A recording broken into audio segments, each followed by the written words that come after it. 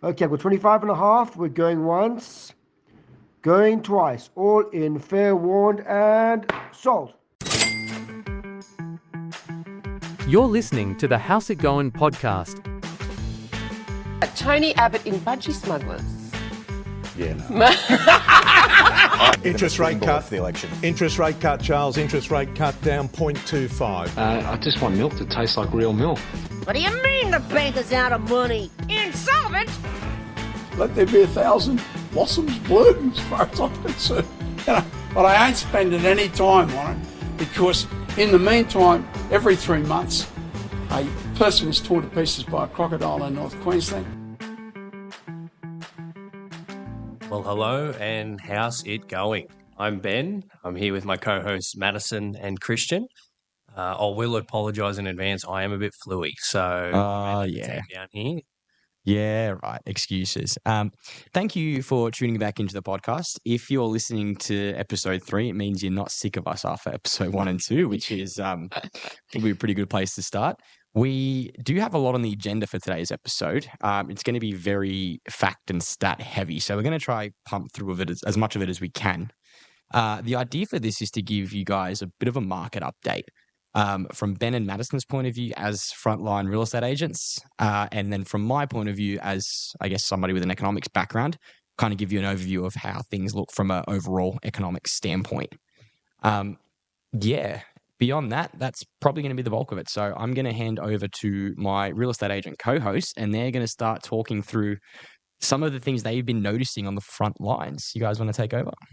Before Mads kicks us off, I will say that when or wherever you're listening to this, we are in June of 2025. So sort of where in we're at. Wollongong, In Wollongong, Kembla that's Street. it. June 30 if you want to get really specific, and Ben is sick if you want to get extra specific. Yes, he hasn't mentioned it enough yet, it. but Ben's really sick. Yeah, I may pass out during.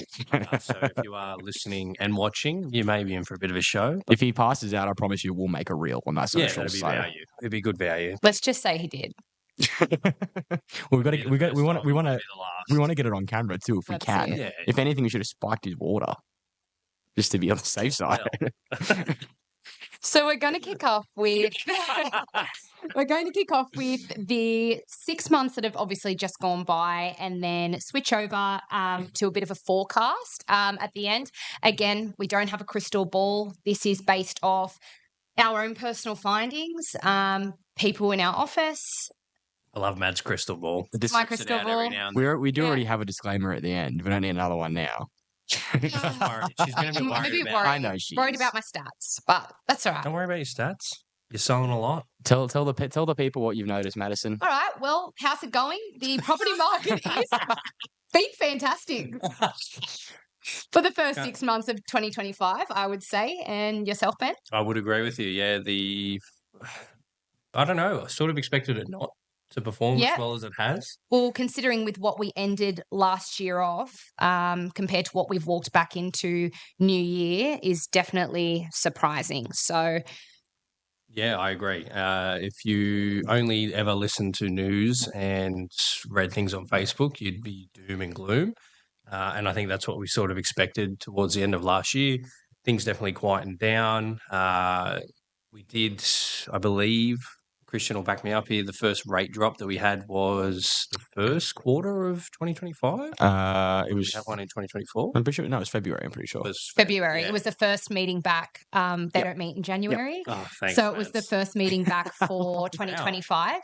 And they hit us with a beautiful little Christmas present. And in February, Christmas came late. Santa came late. Left that one at the bottom of the sack. Yeah, he brought that in Feb. So nice little interest rate drop there. And I guess that was just the starting line for the marathon of the next 6 months that we've been in. So the last 5 years, we've found that the most common reason that people are moving to the Illawarra, other than obviously our beautiful coastline, but still being an hour and a bit out of the Sydney CBD. A lot of our buyers are people not having to go into the office those 5 days a week anymore, not needing to commute as much and being able to have flexibility with work from home. I thought they'd all come down here to see Ben singing at the Harp on karaoke on Friday night. Oh, it's been a few years. Yeah, no, I'm pretty jealous. A few of our close friends and partners as well. During COVID, didn't even have to go up to the office. Just we're still 5 there days every from day. home. Got to sit at their desk with undies and a business shirt on during Skype and Pooh Bear it. Yeah. Yes, that's exactly right. So You've thrown Maddie off. I've done a good job. You've just totally thrown her off. I've She's listened to the gone. first 2 episodes and I've thought, just let loose a little bit. Yeah, What are just they going to do? Just Kick me off? That's it. Maybe. All it took maybe. was a bout of the flu and Ben's just lost his I think mind. it's 2 against 1 at this point. I'm loaded. I do. No, it's us 2 against you. Oh, sorry, my bad. So, yeah, we've got people moving down from the CBD, being able to work from home. Affordability here is obviously better than Sydney. I'm not going to say it's amazing, but it's better than what Sydney is. So you're saying flexibility of work arrangements has actually contributed to a growth in prices in Illawarra? 100%. 100%, yeah. Inclined to agree with you. Yeah. More people moving down to the area, a shortage of stock, especially in northern suburbs, I think. Yeah. We've seen that, you look Wollongong North, it's a primarily quite expensive I can't afford area. And you've got Ben lives in the northern suburbs, but some of us have been priced out. Well, that's where it leads on to the next point that I had was generational wealth pressure. And where we sit with that is, I don't know about you, but what I've found is a lot of our buyers are from the Shire. Those first home buyers that are pricing our local first home buyers out are from the Shire. They have that little bit of extra budget. I always talk about the Sydney ladder. You have the grandparents, great-grandparents from the North Shore. Their children buy in the CBD. Their children are in the Shire. They're in Wollongong. And then us, we're down in Calderwood. So that's kind of where... Standing off my Calderwood people here, that was my OG. What are you trying to say? Beautiful place. But what I'm saying Could do is with the Woolies. generational wealth pressures are pushing us down south further and further. I've even got friends that are looking at larger blocks in Nowra.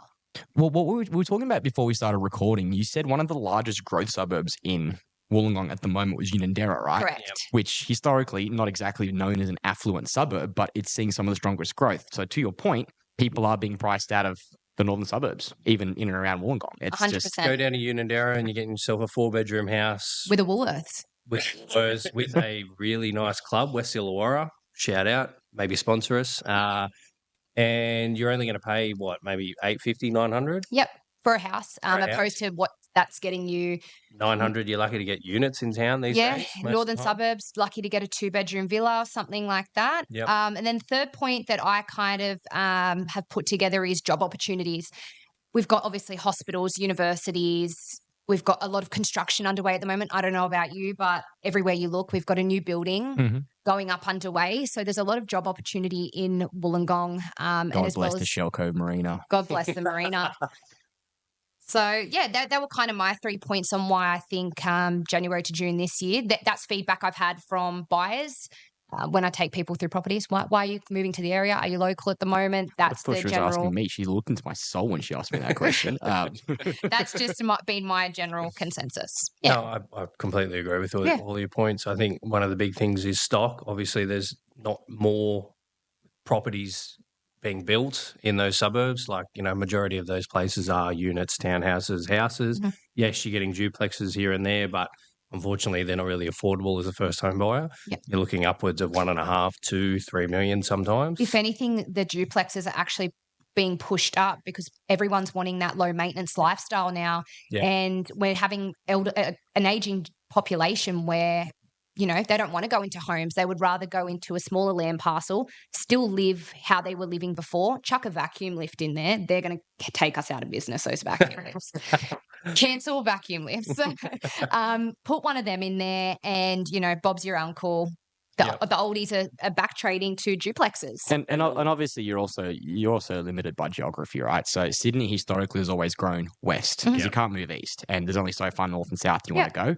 Naturally, it grows west. Wollongong has the opposite problem where we've got the issue of the mountains on one side and the ocean on the other side. Correct. So the only way realistically you can grow is north or south. North, you're cut off by the national park and then Sydney, so you're going to Or move you're in the south. Berg.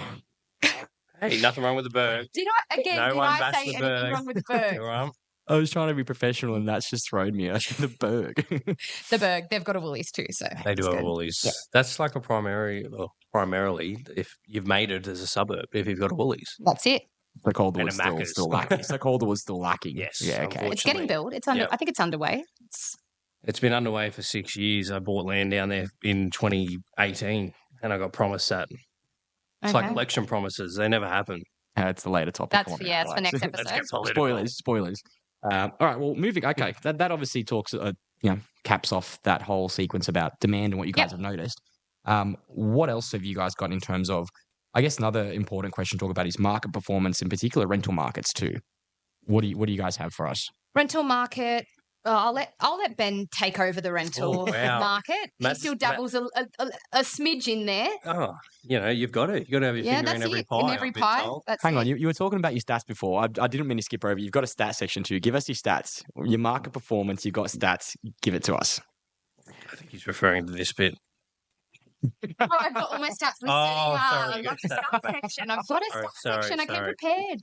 Trying to give you a moment So- with your stats. My stats here say while Sydney saw modest annual growth of 1.9% in house prices and 1.1% in units, regional New South Wales outperformed with both house and unit prices up around 3%, including the Illawarra. Cool. So, Cool. And just to clarify, that's year-on-year growth based on yes. the most recent month's data. Yep. Yeah. So the 12 months leading up to 30th of April 2025. Correct. Cool. Rental market. Benny, take us away. Rental market. Look, there's a broad spectrum. I think we can definitely say that there's less properties on the rental market. Factors for that. Let's dumb it down. Good time to be a renter or a bad time to be a renter? Depends Good the way time you to be a look at it. renter, I think. That's probably going to ruffle a few feathers, especially after the last election that we had. I've probably worded that very poorly, but you know, No, are things 100%. improving or are I they know- worsening? Is I probably know the exactly question. what you're referring to. Look, obviously rents are going up. They're always going up. Gross going up. So overheads Bills are for going up, landlords. insurances are going up. Exactly. So rents are going to follow. Yeah. New legislation changes that we will definitely probably touch on down the track have come into play as of, I believe, the last couple of weeks. And they're going to have a massive effect on the rental market, we feel. Whether we're getting some play from that now, but I think some of the stats that we had were that the vacancy rate is currently 1.3%. So there's definitely reduced rental vacancy in the Illawarra. And that's in comparison to 2% as of March 2024. So, Okay, so it's a massive. It's almost half of what it was a year ago. Yeah. Yeah. I don't think vacancy rates really, in my time especially, has ever really been below 2%. Above 2%. Which obviously indicates a very high demand for rental properties. 100%. There, right? And that's following on from COVID, really. Like, not that I think the Illawarra ever really had a bad rental market, but we had a massive influx of tenants, of people moving into the area, of people moving from rent vesting, from moving from Sydney and things like that. And it hasn't really recovered. I love how we use points in time in the world as pre-COVID and post-COVID. Yeah. There's just no in between. I mean, it was It's a just pretty massive world event. It's, Yeah, you know what I but mean? it's just one or the other, pre or post. We lived through that. Like, we can BCAC. tell our kids we lived through that. We lived through COVID. We wore masks going to nightclubs. When my kids asked how I survived COVID, I'm gonna tell them it was on the couch with a PlayStation 4 controller in my hand, having the time of my life. It was incredible. Bring it back. Okay, I would Once go. every 10 I years, really little would. hibernation. There's I nothing wrong did with a Britney. I shaved my head. I I don't remember even seeing you with your don't even. head. Think, Yeah, I don't did know. it. I don't have a pivotal point where I really went With COVID. had a Britney moment. I don't. Well, think you didn't so. have to have a Britney moment. I'm just saying I did. I didn't have a mental breakdown, but I just shaved my head. It sounds pretty close. Oh, well. Sounds pretty close. It- Last point Benny and I are going to touch on is spotlight on Wollongong. Benny. Benny. This is staying, and I'm not cutting this out. Oh, Anyways, Wollongong. Spotlight on Wollongong. Wollongong's median unit price is currently sitting at 705,000, which, I mean, when we say median price, 1, 2, 3, 4 beds, how many cars, where it is, it's very... That's aggregated data. It's very aggregated data. Yeah. Slight softening, a little bit over, I mean, not this year in itself, but gradually, as we mentioned before, everywhere you look, there's a crane. There's a crane everywhere you look at any point in Wollongong. If you're in there, there's a crane. Yeah, I agree with the point of the softening. I think, the last 12 months we've definitely had a bit of a correction. Yeah. Percentages, I don't think it was really measurable, but it's not rising as it was. As we touched on before, retirees are really wanting to stick away from strata. First home buyers, they want to stick away from strata. Strata, no good. Strata, mate, no good. So many people walk into opens and it's just like, I don't want a strata. Don't want strata. Like, a lot of the time, I don't feel like people actually know what's involved in strata. I mean, again, it just comes down to media doom and gloom. They're petrified of special levies being governed over what they can and can't do. Yeah, and cracks in the foundations by a dodgy builder in Western. Correct, and that was the next point. Buyer confidence with new builds dropped dramatically. You've seen all over A Current Affair every developer walking out of their house with a paper bag over their head whilst being chased with a camera. So very, very specific, but buyer Great confidence. time to be a property developer. And they overcompensate in this way by reducing sale prices so heavily as these people are so attracted to buying off plan. Also with saying, I've got 2 years to save. I've got 3 years to save until these properties are ready, that it's almost... And there's the obvious benefit of it's nice and new. It's nice and new. Yep. Exactly right. So these developers are always going to put a little bit of a hinder on their sale prices just to get people so motivated to jump in, which is going to hinder our overall median unit sale price. Sure. Big thing from a buyer as well. If you trust the process and you are buying off the plan, you can end up gaining a fair bit of equity and capital growth before you actually even get the keys. Exactly right. Well, you do, because you're locking in a price at the time that you sign the contract, and that price doesn't move, it's fixed. Yeah. So if the market does 10% over those 2 years while they're building your new unit, guess what? At the time your unit registers, you've made that 10%. Beautiful. Yeah, exactly right. Bit of a just a bulk little stats. Yeah, one of the ones we were looking at the other day was, 1,768 properties have been sold in the Greater Wollongong region since the 1st of Jan, 2025. Solid. So 1,005 of those being in the last 12 weeks. Yep. And 1,000 of those being directly from Ben's listings. Yeah. I wish. I'd be going to Europe. I'm going. He's got a child on the way. He needs it. He needs it. He does. 35% of buyers are first home buyers at the moment. That's what they're finding in our pool. Nice. As a stat. They're finding first home buyers in your swimming pool. Yeah, they're in mine specifically. I don't know why Alan Mads. That's very well played. One of the big things that we get asked actually is how many days is a property normally on market? And the average this year has been 21 days as well. So it's pretty quick for agents pumping them out in 3 weeks. That's it. Yeah. Yep. So that's Benny and I's recap. Off to you, Christian. Kick us off, Kick. Look, my update's going to consist more of some, it's going to be a little bit more wider reaching than just Wollongong. I kind of want to talk about a little bit more of a kind of overall economic update. Obviously, the big thing on everybody's minds and, on the news pretty much every day the last few months has been inflation.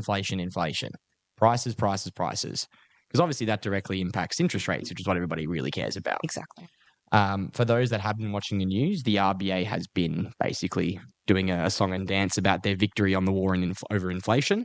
That's because inflation is basically now back within their target band. So one of the main primary functions of the Reserve Bank of Australia is to maintain inflation levels within a range of 2 to 3% year-on-year growth. Headline inflation, which is just the raw consumer price index data, that's now basically settled back down at 2.4%. But the big victory was over something they call trimmed mean inflation. And that's basically what they do is they adjust the headline inflation by taking out some of the more volatile price movements, things that they can very easily identify. That was obviously something that was not normal like a particular jump that caused a spike in one of the prices for one of the goods in the basket that they use to measure it. So that's the real, probably true measure of what inflation is doing. And for the March quarter, so for the 12 months leading up to the end of March, for that quarter at the start of the year, trimmed mean inflation is back down to 2.9%. Which is where they wanted to be sitting under 3%. They want it to be, between 2 and 3%. Yeah. So the RBA has been very happy about that. Obviously, prices are still obviously going up, but 2 to 3% is what they deem to be a healthy kind of economic outlook in terms of price movements. Because inflation being back within the target band, that's been the big driver in interest rate reductions. Everybody's really happy now because the war on inflation is over. In terms of, I've got a sheet here with a whole bunch of stats on what some of the price movements have been. Look, one of the key statistics that I will actually point out is rental prices. So what you've basically got is for, again, the March quarter, rental prices rose 5.5%, which is down from 6.4% in the December quarter. And that's actually the weakest rise, so the smallest rise since March 2023. So that kind of backs up what you guys were saying about, good time to be a renter. Maybe not a good time, but it's a better time than what it has been previously. So that definitely, and that's reflected in the CPI data, the inflation data. Beyond that, I've got the statistics for they report inflation data monthly, so they do month on month. The most recent data we have was for the full month of April. It's pretty similar to the data they found in the March quarter. The important stuff is the quarterly data, as opposed to 1 month in isolation doesn't quite cut it from the RBA's point of view. Yeah. The other thing I was going to point out, usually what happens is when the RBA goes to war on inflation, it has an adverse impact, usually in economic theory, on unemployment. So inflation and unemployment actually have an inverse relationship. So when inflation is high, typically unemployment is low and vice versa. So what the RBA have done, and this is why they're singing their own praises, and I'm inclined to actually say they probably deserve some praise, unemployment is also currently sitting at record low levels. It's settled at about 4.1%, which is historically stupidly low. Mm-hmm. So not only have they gone to war against inflation and won, they have done it whilst also maintaining record low levels of unemployment. We actually like them now. It's pretty unheard of. Look, I'm not one to give credit to anything government related, but in this case, I'd say they do deserve it. Obviously, the important part of this, the thing that people actually give a shit about, is what that means for interest rates. Because, inflation is now back within the RBA's target band, employment's also sitting at a record low, it means the economy, generally speaking, is in a pretty good place. Obviously, when inflation's back under control, the next thing the RBA then looks at is, all right, well, we need to keep an eye on economic growth. And to try and boost economic growth, you lower interest rates and it gets people spending more. What you've basically got, the big four banks have all given their predictions for what they think is going to happen to interest rates over the coming, 12 months or so. They're all very, very bullish. So they've all got very positive outlooks. NAB is the most bullish. NAB are basically predicting at least one cut every quarter, with a possible 50 basis point cut coming up in the next few months. Get to leave the house again. 50 basis would be massive. You don't have to eat 2-minute noodles every night for dinner anymore, Mads. Steak it is. So NAB are basically predicting 5 cuts in total to bring the cash rate down to 2.6% by early 2026. For context, the current cash rate is currently sitting at 3.85% after the most recent cut. So Ben might get to Europe. It's a massive drop. I'd say probably not, given he's going to be a father in a matter of a week, but my son may have shoes. The other 3 banks are all equally pretty bullish. They're all pretty much predicting that by the end of 2025, so again, literally 6 months we're talking, the cash rate will be down to about 3.35%. So at least another 0.5% between now and the end of the year. Okay. I'm inclined to believe NAB. Hopefully NAB's right, because that's the best outlook for all of us. But overall, the economy, the RBA is pretty positive about the overall outlook so far in terms of where we're at compared to where we were at the last couple of years. That kind of segues into my next point, which is, the overall global economic outlook. Because, whilst we're talking Australia at that sort of federal level, one of the biggest things that have influenced what's happening here, in particular with rates, is, I don't want to say it. I don't want to say you say it, Ben. The T word. Say it. Trumpy. Yeah, there you go. Ben was looking forward to this one. Trump has basically come in and he has caused massive amounts of uncertainty. So one other thing the RBA do, they release quarterly statements, or not quarterly, every so often they release statements on monetary policy. So the statement they released for 2025, to give you a quick summary, they have a pretty weak overall economic outlook in terms of the global economy and the prospects moving forward.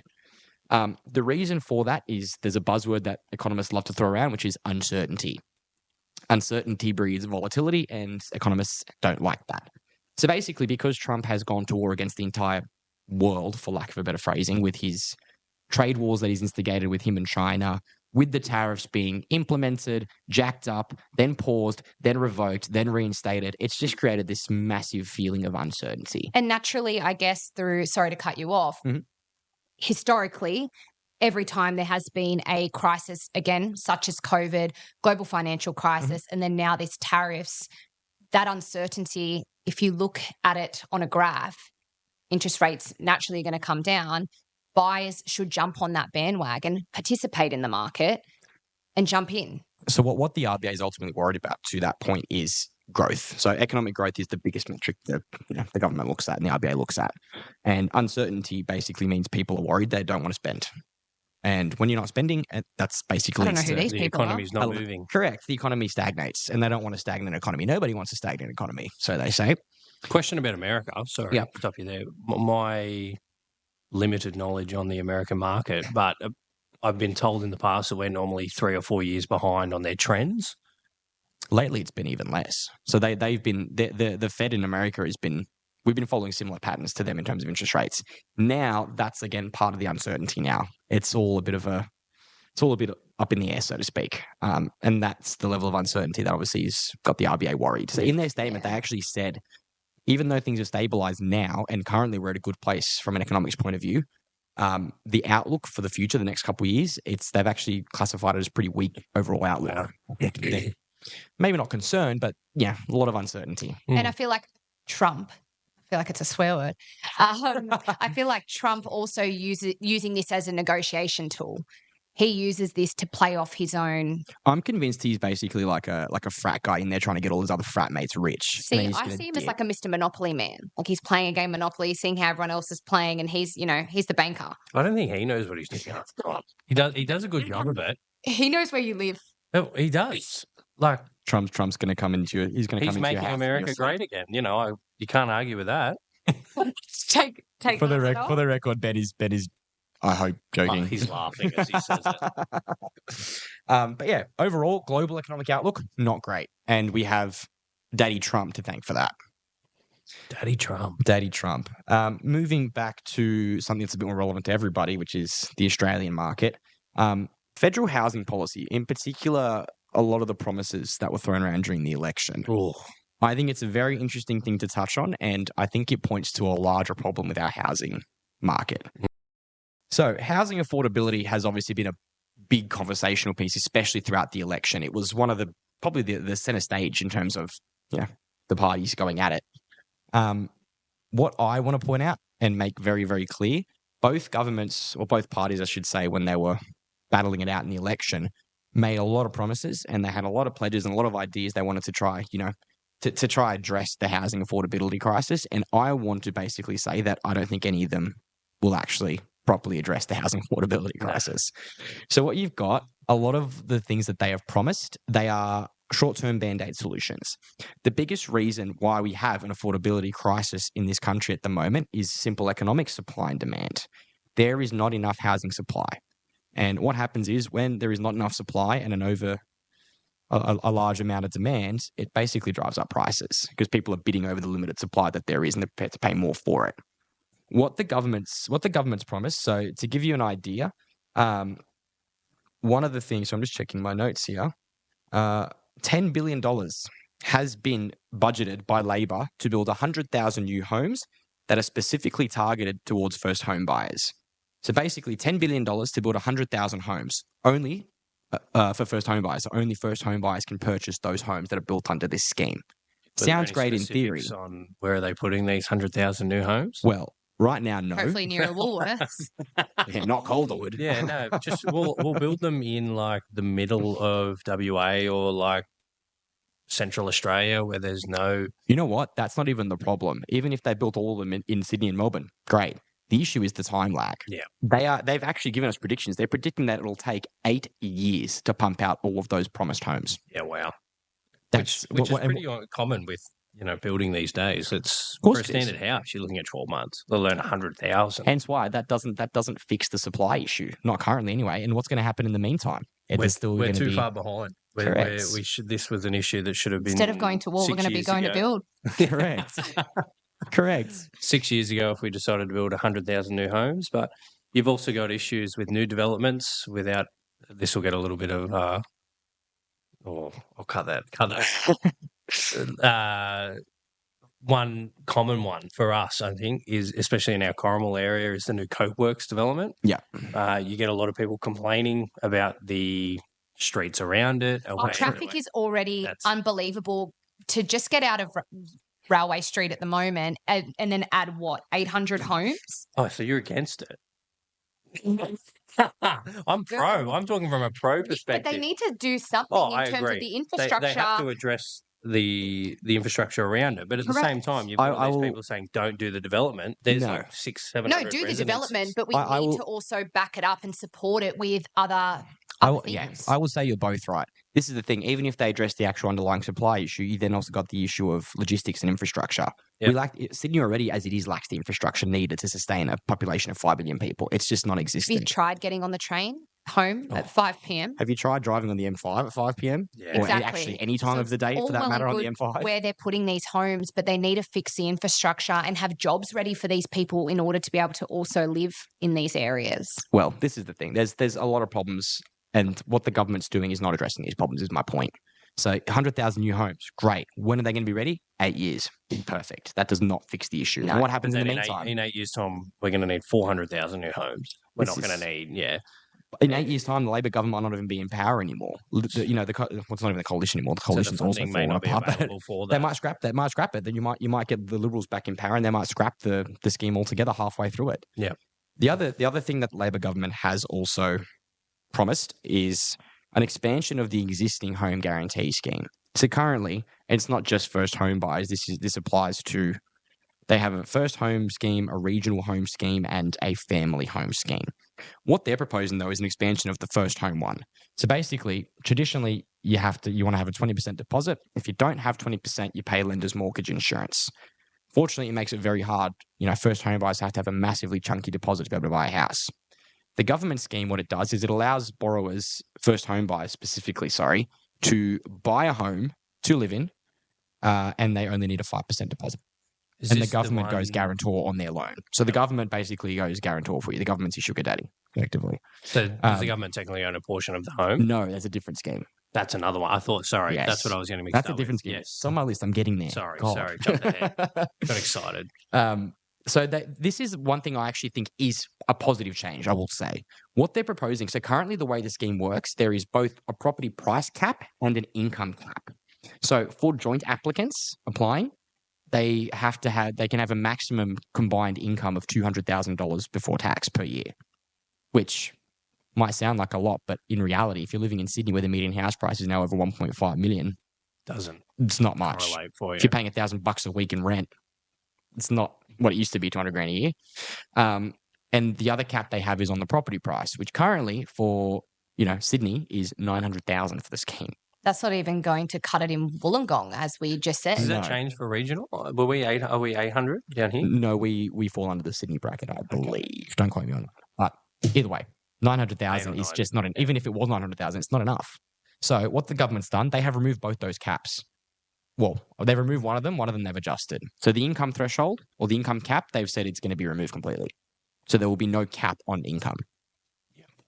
So you can earn $500,000 a year and still be eligible for the scheme if you're a first home buyer, which I agree with. I think that's the way. I feel like it should be the other way around. You could feel like you should remove the property price. Well, when I say they've adjusted the price cap, what they've done, they're basically going to adjust the threshold for property prices specifically to each capital city.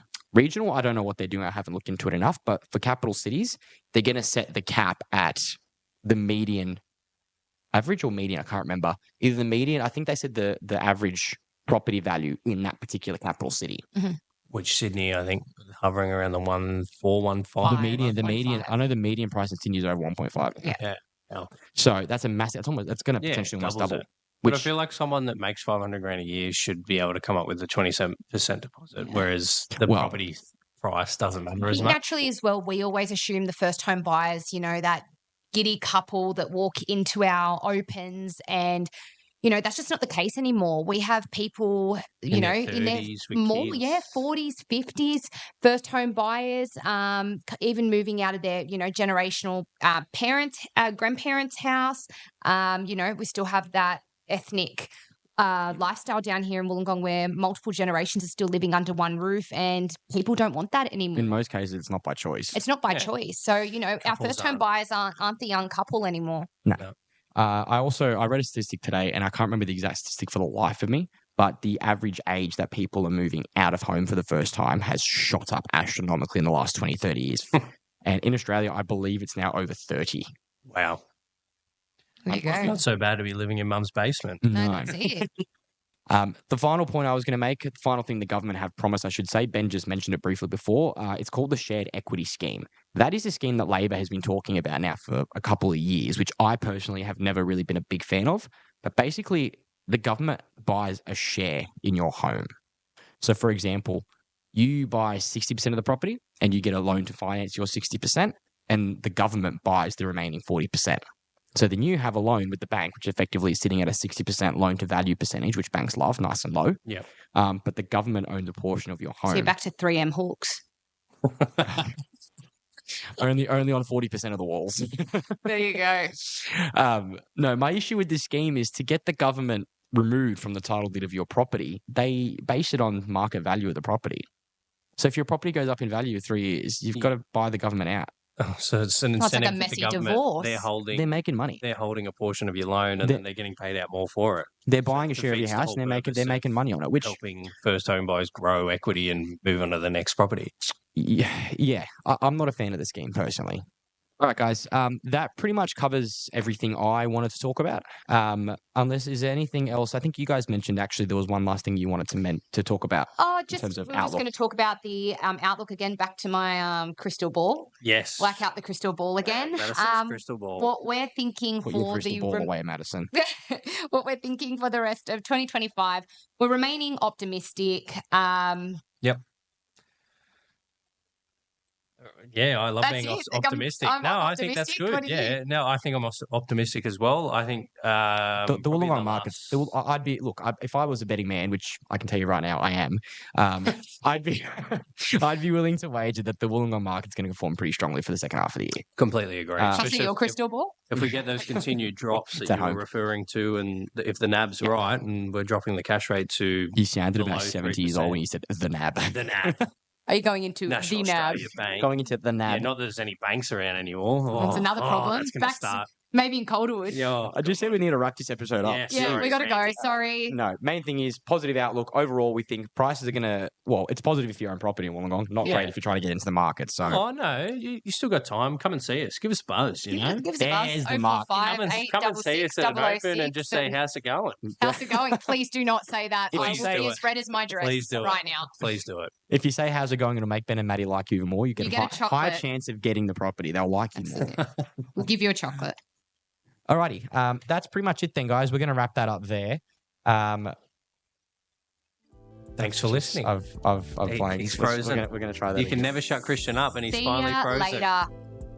Oh, Ciao. Ciao. I was going to say we'll redo the ending because that was fucked. I reckon that was funny.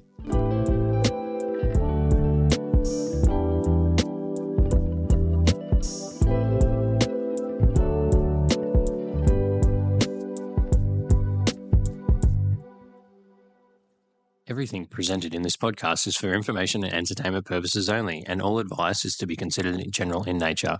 It does not take into account your personal circumstances and financial objectives.